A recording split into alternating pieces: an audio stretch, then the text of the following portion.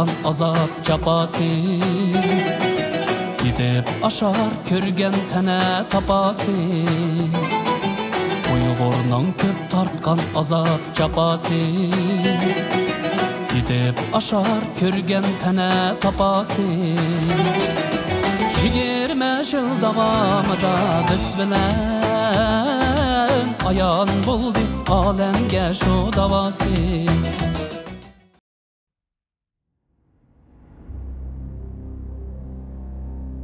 1949-yılı Şərq Türkistan Xitay Komünist hakimiyetinin işgal ettiği duçar bolğandan keyin Eysayis Baltekin, Memtimin Buğra qatarlıq liderlerimiz ana vatanı terk etip Türkiye'ye keldi.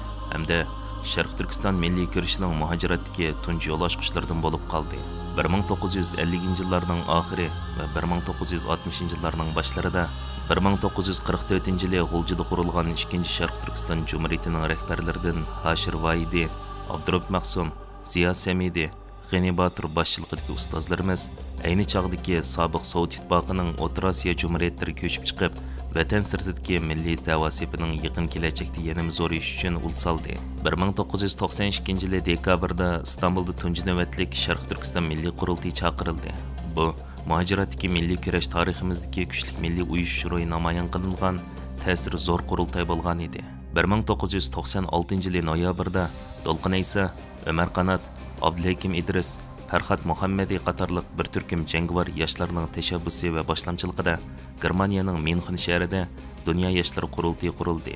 1998-yil dekabrda 6 davlatda faoliyat olib berayotgan 8 Uyg'ur tashkilotining rahbarlari Turkiyaning Istanbul shahriga jam bo'lib, Turkiyadagi Sharq Turkiston vaqfisi bilan Sharq Turkiston hamkorlik jamiyatining riyosatchiligida Sharq Turkiston milliy markazi qurib chiqildi. 1999-yil oktyabrda Sharq Turkiston milliy markazining tashabbusi va Dunyo Uyg'ur yoshlar qurultiyi Yevropa Sharq Turkiston birligi va Sharq Turkiston informatsion markazining o'rtaq saytxonlik qilishi bilan 11 davlatdan kelgan Uyg'ur tashkilotlarining rahbarlari Germaniyaning München shahriga jam bo'lib, Sharq Turkiston Uyg'uriston milliy qurultiyini qurib chiqdi va raisligiga Anvarjon afandim saylandi. 2001-yil Amerikada yuz bergan 11-sentabr terror hujumi dunyoning siyosiy vaziyatini tubdan o'zgartirib o'tdi. Amerika boshchiligida xalqaro terrorizmga qarshi kurash to'lqini qo'zg'aldi. Buni fursat bilgan Xitoy hokimiyati Sharq Turkiston ichidagi vatanparvarlik harakatlarini va muhojiratdagi Sharq Turkiston tashkilotlarini xalqaro terrorizmga bog'lab, taqim qattiq bostirish va osmosiya siyosatini yurgizishga boshladi. Mana shunday xalqiliq bir paytda Xitoy hokimiyati tomonidan milliy bo'lginchilarning chet eldagi ishki cho'ng lageri deb atalgan va asosli hujum nishoni qilingan Dunyo Uyg'ur yoshlar qurultiyi bilan Sharq Turkiston Uyg'uriston milliy qurultiyi 2004-yil aprelda München shahrida birlashma qurultay chaqirib, Erkin Alptekin raisligidagi Dunyo Uyg'ur qurultiyini rasmiy qurib chiqdi. 20 yillik amaliyot ko'rsatganidek, Dunyo Uyg'ur qurultiyining qurilishi vatan sirtida 70 yildan ortiq ilib berilgan Sharq Turkiston milliy ko'rish tarixidagi favqulodda ahamiyatga ega bir voqea, milliy da'voyimizdagi bir burilish nuqtasi bo'lib hisoblanadi.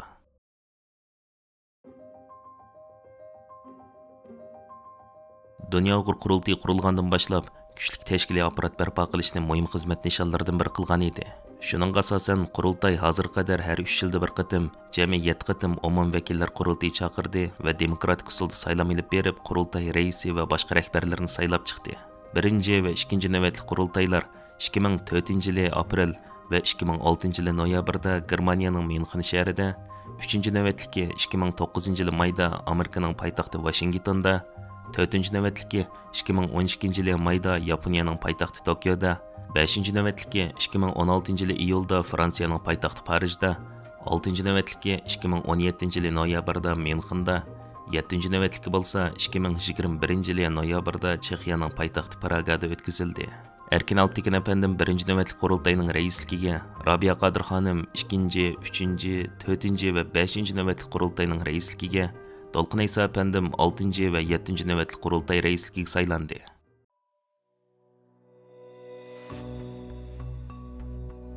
2004-yil Dunyo Uyg'ur qurultiyi qurilganda Xitoy mustamlikasidagi Sharq Turkistonda va u yerda yurgizilayotgan shiddatli milliy zulmni va Uyg'ur millatini dunyoda ancha bilib ketmaydi. Shunga qurultay Uyg'ur masalasini xalqaralashtirishni o'zining eng muhim va ta'xirsiz strategik nishoni qilib bekitgan edi. Qurultay bu maqsadni amalga oshirish uchun ayni chog'dagi intayin cheklik imkonlarga qaramasdan xuddi yangni bilan quduq qazgandek tinimsiz tirishchiliklarni ko'rsatdi. Buning dastlabki namoyandasi ko'p xil tilda to'rbatlarni ichib, uningda Sharq Turkistonni, jumladan Uyg'urlar boshdan kechirayotgan og'ir vaziyatlarni dunyo jamoatchiligiga bildirishga boshladi. İctimai taratquv vositalarining maydon kelishi bilan bu sohadagi xizmatlarni texmi jonlantirdi. Yana bir tarafdan dunyodagi ta'sir kuchli kishilik huquq tashkilotlari bilan izchil aloqalashishni kuchaytirdi. Buning natijasida Birlashgan Davlatlar Tashkiloti, Yevropa Ittifoqi qatorliq xalqaro organlarning, shundaqla Amerika boshchiligidagi G'arb demokratik ellarining hukumat va parlamentlarining eshiklari bir-birlab ochilishga boshladi. 2004-yildan hozirgacha Dunyo Uyg'ur qurultiyi BDTda Yevropa parlamenti va har qaysi davlatlarning parlamentlarida har xil temadagi yig'in va faoliyatlarni o'tkazdi. In recent visit to Urumqi, Xi Jinping repeated that counter-terrorism policy a long-term plan. Please stop. We have another point of order from China. Please continue. China. 副主席先生，该非政府组织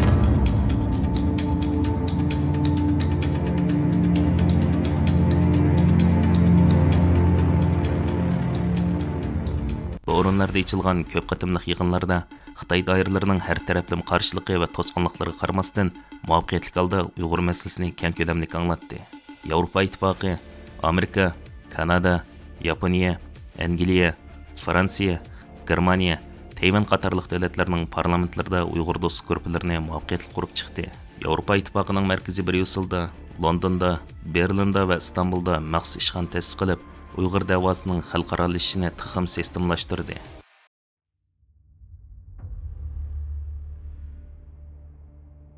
yili Xitoyda bo'libmi Xi Jinping hokimiyat beshiga chiqqandan keyin Sharq Turkistondagi vaziyat favqulodda yomonlashishga boshladi.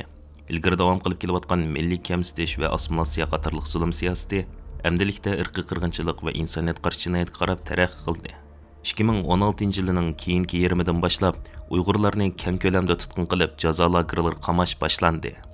2017-yilning oxirigacha jazo lagerlari qamalgan Uyg'urlarning 1 milliondan oshib ketganligi va tutqunning davom qilayotganligi haqidagi qo'rqinchli reallik texi yangi 6-chi navbatlik qurultayni chaqirib, yangi bir navbatlik rahbarlik heyetini saylab chiqqan Dunyo Uyg'ur qurultiyi yana bir yangi bir krizis hamda intayin og'ir bir sinoqqa duch keldi. Chunki Uyg'ur millati tarixda misli ko'rilmagan bir qirg'inchilikqa, millat bo'yicha yo'qotilish xavfiga duchor bo'lmoqda edi. Afsuski, dunyo jamoati bundoq bir qirg'inchilikning rostli yuz berayotganiga ishonmayotdi. Mushundaq bir paytda qurultay jiddiy tadbir olib, 2018-yili aprel oyida Bryusselda 5000 kishilik va yana shu yili noyabrda Jenevada 3000 kishilik cho'ng namoyishlarni uyushtirdi. Bu orqali BDT, Yevropa Ittifoqi, jumladan dunyo matbuotining Uyg'ur irqiy qirg'inchiligiga diqqat og'dirishiga turtki bo'ldi. Shuning bilan birga Dunyo Uyg'ur qurultiyi Norvegiya Uyg'ur komiteti bilan birlikda vatanimizda yuz berayotgan irqiy qirg'inchilikqa oid faktlik materiallarni tutqun qilinganlarning tizimligini tayyorlab, 2018-yil aprelda avval Yevropa Ittifoqi komissiyoniga va BDT kishilik huquq kengashiga sundi. Xalqaro kishilik huquq tashkilotlari va qurultayning tirishchiliklari natijasida 2018-yil avgustda BDT irqiy ayrimchilikni amaldan qoldirish komitetining yig'inida komitetning muavin raisi McDougall xonim boshchiligidagi komitet a'zolari tunji qatim 1 milliondan ortiq Uyg'urlarni asos qilgan turkiy millatlarning jazo lagerlari qamalganligiga doir ko'p taraflama dalillarga erishganligini butun dunyoga jakarladi. Shuningdan keyin vaziyatda tubdan o'zgarish bo'ldi. Sharq Turkistondagi jazo lagerlari va u yerda yuz berayotgan vahshiyliklar xalqaroning diqqat nazariga sazovor bo'ldi. BDTda jazo lagerlari masalasida Xitoyni qo'llaydigan davlatlar va Xitoyni ayblaydigan davlatlar bo'lib ikki safga ayrildi va keskin munozaralar elib berildi. Dunyo Uyg'ur qurultiyi ikkinchi qadamda har qaysi davlatlardagi Uyg'ur tashkilotlari va xalqaro tashkilotlar bilan yaqindan hamkorlashib, Uyg'ur irqiy qirg'inchiligini BDTda, Yevropa parlamentida va har qaysi davlatlarning hukumat va parlamentlarida rasmiy e'tirof qilishini qo'lga keltirish uchun harakatga o'tdi. Amerika hukumati Xitoyning Uyg'urlarga yurgizayotgan vahshiyliklarni dunyoda tunji bo'lib rasmiy yo'sinda irqiy qirg'inchilik va insoniyat qarshi jinoyat deb jakarlagan, shuningdek Uyg'ur kishilik huquq siyosiy qonunini rasmiy ma'qullagan Uyg'urlar haqidagi tunji qatim qonun chiqargan davlat bo'lish sifati bilan tarixiy ahamiyatga ega sahifa ochdi. Bu ishlarning ro'yobga chiqishida Dunyo Uyg'ur qurultiyi tarkibida faoliyat olib berayotgan Uyg'ur kishilik huquq qurilishi, Uyg'ur harakati tashkiloti, Amerika Uyg'ur jamiyati, Amerikadagi lager shohidlari va boshqa vatanparvar qarindoshlarimizning ko'rsatgan tirishchanligi favqulodda zo'r bo'ldi. Tunji qatim 2021 fevralda Kanada parlamenti Uyg'ur irqi qirg'inchilik qarorini qabul qildi va undan keyin 10 davlat parlamenti va Yevropa parlamenti Xitoy hukumatining Uyg'urlar qarta ilib berayotgan qirg'inchiligini irqi qirg'inchilik va insoniyat qarshi jinoyat deb e'tirof qildi. 2022 avgustda BDT kishilik huquq oliy komissarligi bu haqda maxsus doklad e'lon qildi. Dünya Uyghur Qurultayı Uyghur irqi qirg'inchiligini to'sishini qonuniy asosga ega qilish va bu orqali texim ko'p davlat hukumatlari va parlamentlarining e'tirof qilishini qo'lga keltirish uchun qilgan texim zo'r bir ish bo'lsa, 2020 sentyabrda Angliyalik mashhur sodiya Jeffrey Nice efendimning yetakchiligidagi London Uyg'ur sotini qurib chiqishi bo'ldi va shuning loyiq ravishda 18 oydan ko'proq jiddiy tayyorlik xizmatlari natijasida 2021 iyun, sentyabr va noyabr oylarida 3 qatimliq guvohlik anglash sotini o'ngishliq ochdi. Judgment of the Uyghur Tribunal, the People's Tribunal, formed to consider allegations that the People's Republic of China, PRC, has committed genocide crimes against humanity and torture against Uyghur, Kazakh and other. 2021 9 dekabr Uyg'ur sot kollegiyasi Londonda hukm e'lon qilish yig'ini chaqirib, Xitoy hukumatining Uyg'urlarga yurgizayotgani irqiy qirg'inchilik va insoniyat qarshi jinoyatdir deb hukm chiqardi.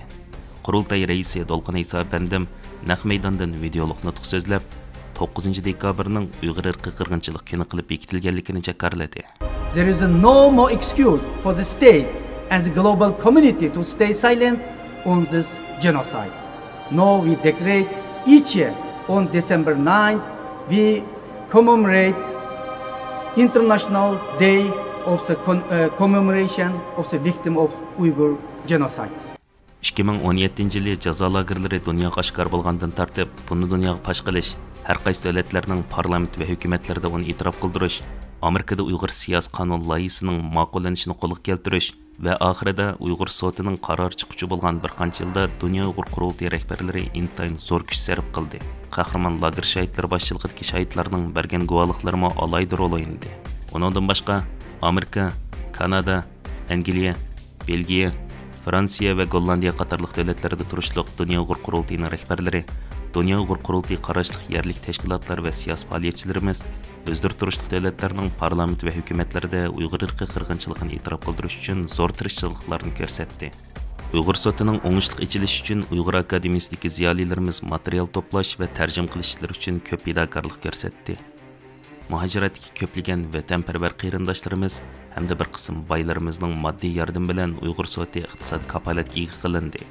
Dunyo Uyg'ur Qurultayining yana bir muhim xizmati bo'lsa, Uyg'ur kishilik huquq qurilishi bilan birlikda Xi Jinping boshchiligidagi kommunist Xitoy amaldorlarini Uyg'urlar qarshi irqiy qirg'inchilik va insoniyat qarshi jinoyat sodir qilganligi bilan ayblab, 2022 yil yanvarda Argentina sotiga rasmiy arz qilish bo'ldi. Navbatda bu da'vo jiddiy davom qilmoqda.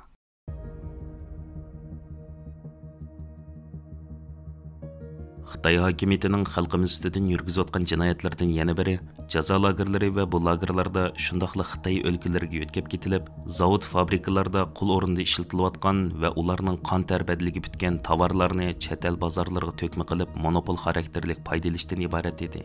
Dunyo Uyg'ur Qurultayı har qaysi davlatlarda Uyg'ur majburiy emgak orqali ishlangan mahsulotlarni import qilish va setishni cheklash, shuningdek chetishliq shirkatlarni shu davlatlarning qonun organlariga arz qilishdek bir qator unumli xizmatlarni qildi. Buning tipik misoli Germaniyaning Volkswagen, Mercedes-Benz va BMW qatorliq dunyoga dangliq 3 avtomobil shirkati ustidan Germaniya Federatsiya iqtisod va eksport kontrol idorasiga sunilgan arz. Qurultay tarkibidagi Kanada Uyg'ur haqlarini qo'g'dash qurilishi boshchiligida Kanadadagi 28 kishilik huquq tashkiloti va advokatlar jamiyati Kanadadagi Uyg'ur majburiy emgak chetishliq bo'lgan 14 Kanada shirkati ustidan munosabatli o'rinlarga sunilgan arz. Onundan boshqa 2020 yili maydan boshlab Dunyo Uyg'ur Qurultayı va uning tarkibidagi tashkilotlardan Uyg'ur kishilik huquq qurilishi, Amerika Uyg'ur birlashmasi va Uyg'ur harkat tashkiloti qatorliq Uyg'ur tashkilotlarining safarbar qilishi bilan xalqarалық majburiy emgakning to'xtash hamkorlik minbari qurilib, birlikda faoliyat olib berishga boshladi. Bu hamkorlik minbarining tarkibida 70 Uyg'ur tashkilotini o'z ichiga olgan 460 dan ortiq tashkilot birlikda dunyo miqyosida Sharq Turkistondagi qul emgakini oxirlashtirish harakatini qanot yaydirib kelmoqda. Dunyo Uyg'ur Qurultayı Uyg'ur majburiy emgak chetishliq paxta mahsulotlarining Angliyaga eksport qilinishiga yo'l qo'yilganlik munosabati bilan 2020 yili 23 aprelda Angliyadagi dunyoviy qonun harakatlari to'g'ri qonunchilik markazini vakolatchi qilib, Angliya Oliy sud mahkamasiga Angliya Tamojna idorasi va Angliya Ichki ishlar ministrligi ustidan ariz sundi. Bu ariz ham davom qilmoqda.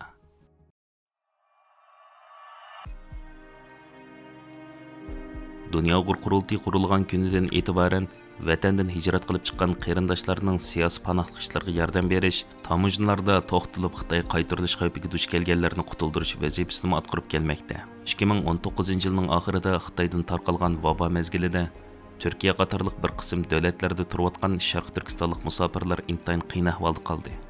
Dünya Uyg'ur qurultiyi darhol harakatga kelib, Turkiyadagi Ma'rif va hamkorlik tashkiloti, Sharq Turkiston ulamolar birligi, Uyg'ur akademiyasi va Sharq Turkiston vaqfisi qatorliq tashkilotlar bilan muzokiralashib, 2020 yil aprelda Sharq Turkiston jiddiy yordam markazi nomi ostida vaqtli yordam markazi qurib chiqdi. Bu markaz dunyoning har qaysi joylaridagi Uyg'urlar orasida iyoni yig'ish to'lqini qo'zg'ab, bir oyga yetmagan qisqagina vaqt ichida naq 220 ming Amerika dollari to'plab, ig'ir iqtisodiy qiyinchilikda qolgan qarindoshlarimizning holiga darmon bo'ldi. Dünya Uyg'ur qurultiyining tashabbusi va qo'llashi bilan Kanada Sharq Turkiston jamiyati va Kanadalik qarindoshlarimizning safarbar bo'lishi, shundaqla Kanada Uyg'ur haqlarini qo'g'dash tashkilotining mas'uli, Dünya Uyg'ur qurultiyi qonun komitetining mudiri Mehmet To'xtapandimning bir qancha yillik tirishchiliklari natijasida Kanadaga 10 ming Uyg'ur musofirni yerlashtirish programmasi 2023 yil 1 fevral Kanada parlamentida rasmiy ma'qullanib, ijro qilinish bosqichiga o'tdi. Bu Uyg'urlarning muhajirat tarixida g'oyat zo'r voqea va olamshumul buyuk bir natijadir.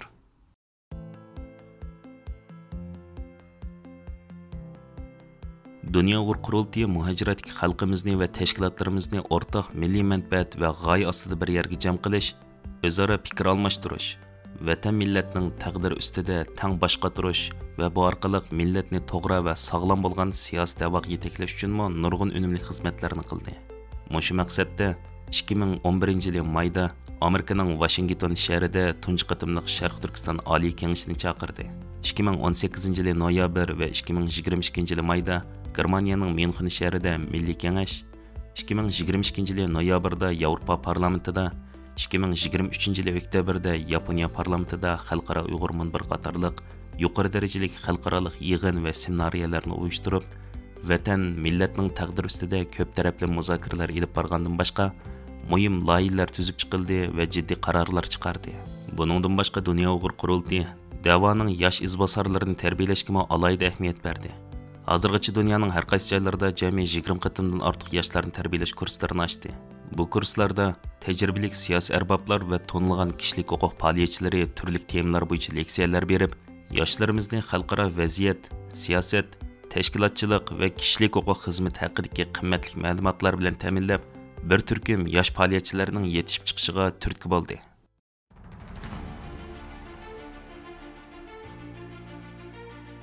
Dünya Uyg'ur qurultiyi bir turkum vatanparvar qarindoshlarimizning muqaddas vatanimizning hurlik va mustaqilligini qo'lga keltirishdan iborat buyuk g'oyasining turkisida qurilgan edi. Yangi qurilganda na yetarlik moddiy kuchi, na odam kuchi bor edi. Ammo ular kuchni, ilhomni vatan va millatga bo'lgan kuchlik sevgidan oladi. Ularning eng cho'ng boyligi bo'lsa, xolis, minnatsiz qilingan fidokorliklar edi. Mana oradan 20 yil o'tdi. Hisobsiz ajr, mehnat va fidokorlik meyve berdi. Mana bugun xalqaro sahnalarda g'oyat zo'r ta'sir kuchi bor bir tashkilotga aylandi. Uning qilgan xizmatlari xalqaro organlarning va davlatlarning muayyanlashtirishiga erishdi. Buning tipik misoli xalqaro soqchi tashkiloti, ya'ni Interpol tarafidan 2018 yili chiqarilgan Dolqin Iso apandim ustidan 21 yil davom qilgan xalqaro tutish buyrug'ining amaldan qoldirilishi va Sharq Turkiston Islom partiyasi 2020 yili Amerikaning terrorist tashkilot tizimligidan chiqarib etilishi. Shundaqla Dünya Uyg'ur qurultiyi rahbarlarining Halifax xalqaro bexatarlik munbiri va München xavfsizlik kengashi qatorliq xalqaro bexatarlik yig'inlariga taklif bilan qatnashib, davlat arboblari, siyosiyonlar, generallar va ta'siri zo'r xalqaro tashkilotlarning muhim zotlari bilan dunyo bexatarligi, tinchligi va demokratiya masalalarini birlikda muzokara qilgudek maqomga yetganlik qatorliqlardir. Shundaqla yana 2019 yili Amerika davlatlik yig'in zalida dag'dug'liq marosim bilan Amerika demokratiyani ilgari surish fondi, ya'ni NED tarafidan Dunyo demokratiya mukofotiga nail bo'lishi, 2023 ve 2024 yılı uda 2 növbet Nobel Tinchlik Mükafatı'nın laureat şerpiga müyesser bo'lishi, Dünya Uyghur Qurultayı'nın sobiq raisi Rabia Qadir xonimning 2005 yildan e'tiboran bir qancha qatim Nobel Tinchlik Mükafatı'nın laureati bo'lishi ve 2015 yılı Amerikada Tom Lantos kishilik huquq mukofotiga erishishi, Qurultayı'nın navbatdagi raisi Dolqin Isa apandimning 2016 yılı martda Amerikadagi Kommunizm Qurbonlari xotir fondi tarafidan kishilik huquq mukofotiga sazovor bo'lishi, Uyg'ur hareket tashkilotining raisi Roshan Abbas xonimning 2019 yılı erkinlik jangchisi mukofotiga erishishi, Qurultay xalqaro ishlar direktori, ayollar komitetining mudiri Zumratay Erkin xalqaro sahnalardagi ko'rinarlik muvaffaqiyatlari bilan 2024 yillik Amerika Roosevelt erkinlik mukofotiga erishish qatorliq olamshumul natijalar Dünya Uyghur Qurultayı'nın qanchilgan kechilarni tang'ulganligining, vatanim, millatim deb tinimsiz so'qqan o'tqashdek yuraklarning mislsiz qon terining samarasi edi. Qurultayimiz yangi qurilganda muqim ishxonasi yo'q, partizansk ahvoldan kechini kunduzgulab jon tikib tirishchilik ko'rsatish natijasida bugungidek Myunxenda markaziy ishxonasi bo'lgandan sirt Berlinda, Londonda, Istanbulda, Bryusselda tarmoq ishxonalar bo'lgan sistemalik funksiyalik bir organga aylandi. 2024 yılı martdan boshlab Qurultay o'zining muqim mulki bo'lgan yangi xizmat binosida ish boshlash sharpiga nail bo'ldi. Biz bu munosabat bilan bu markazning vujudga chiqishi uchun moddiy jihatdan yordam qilgan dunyoning har qaysi joylaridagi butkul vatandoshlarimizga yana bir qatim minnatdorligimizni bildiramiz. Bugün bu bayraklarımız Birleşken Devletler Teşkilatı'nın ordusuz yapıldığı ama körüntüsü altımızda 200'ün artık devletlerin bayrakları var. Ve sunum işimiz muşu irade bulunan olsa, halkımızdaki muşu tırışçanlık bulunan olsa, bu bayrak bugün bu Birleşken Devletler Teşkilatı'nın sırtında bildiğim olsa, çokum bir gün Birleşken Devletler Teşkilatı'nın içine aşı bayraklı Katar'da orada. Bu bizim hakkımız. Kıtay'ın dininde biz bölgünçemez, biz terörist emez. Çünkü biz Şanghay'ını, Beijing'ni, Kıtay'ın bir koyundan ayrı çıktığımız demedik. Özümüzün müstakil vatanımızdaki ilgilik hukukumuzu kollarımızda vatımız. Bu bölgünçülük emez. Bu tabii ve en akalli Şark Türkistan halkının hak hukuku. Hey Qurultay, Uyg'urning sen